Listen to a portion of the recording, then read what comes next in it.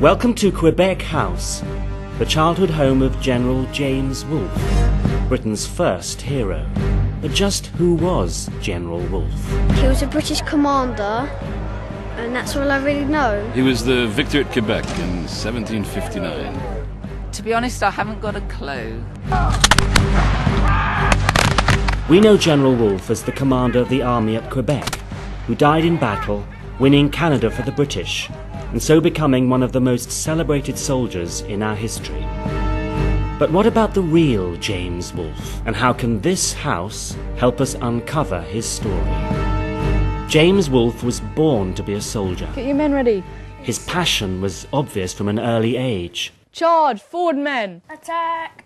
He lived in this house with his parents and brother until the age of 11. Volunteering for the army at the mere age of 13, he received his first commission just a year later, and to his mother's despair, went to war.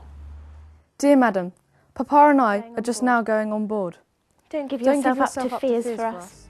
I hope, if it please God, we shall soon see one another.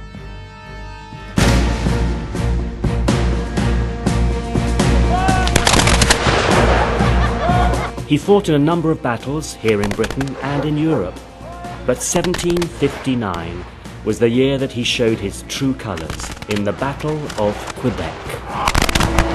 Wolfe was courageous, a good leader of men, but also an excellent military strategist. In fact, the strategies he used at the Battle of Quebec are still studied by soldiers today.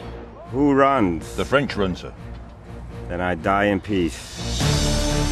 Bells rang out all over Britain when he died, but his fame intensified more and more after his death. How did this happen? This picture by Benjamin West gives us the clue. Benjamin West's painting of the death of General Wolfe was one of the most commercially successful pictures of the 18th century, but it was also one of the most controversial.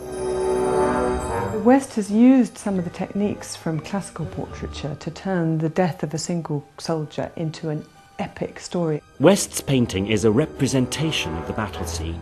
In reality, there were probably only 3 people with him when he died. In the centre, you have the dying Wolfe framed by soldiers leaning in towards him as if he was the dying Christ. And is this the real face of James Wolfe? Probably not. Wolfe was so badly disfigured by the time his body was returned to Britain that there was no permanent record made of him, and the painter had to imagine what he looked like. There are lots of images of Wolfe in this house, but which is the genuine one? This bust was based on a servant who looked like Wolfe. In fact, it is this simple pencil sketch, which is perhaps the only true picture of Wolfe that exists anywhere. The most interesting twist in the tale is that his actions in Quebec divide opinion to this very day. General Wolfe just was really a good person for our country, I think. I guess that kind of depends which side you were on. I think some people think because he took away all the land, he was a really, really bad man.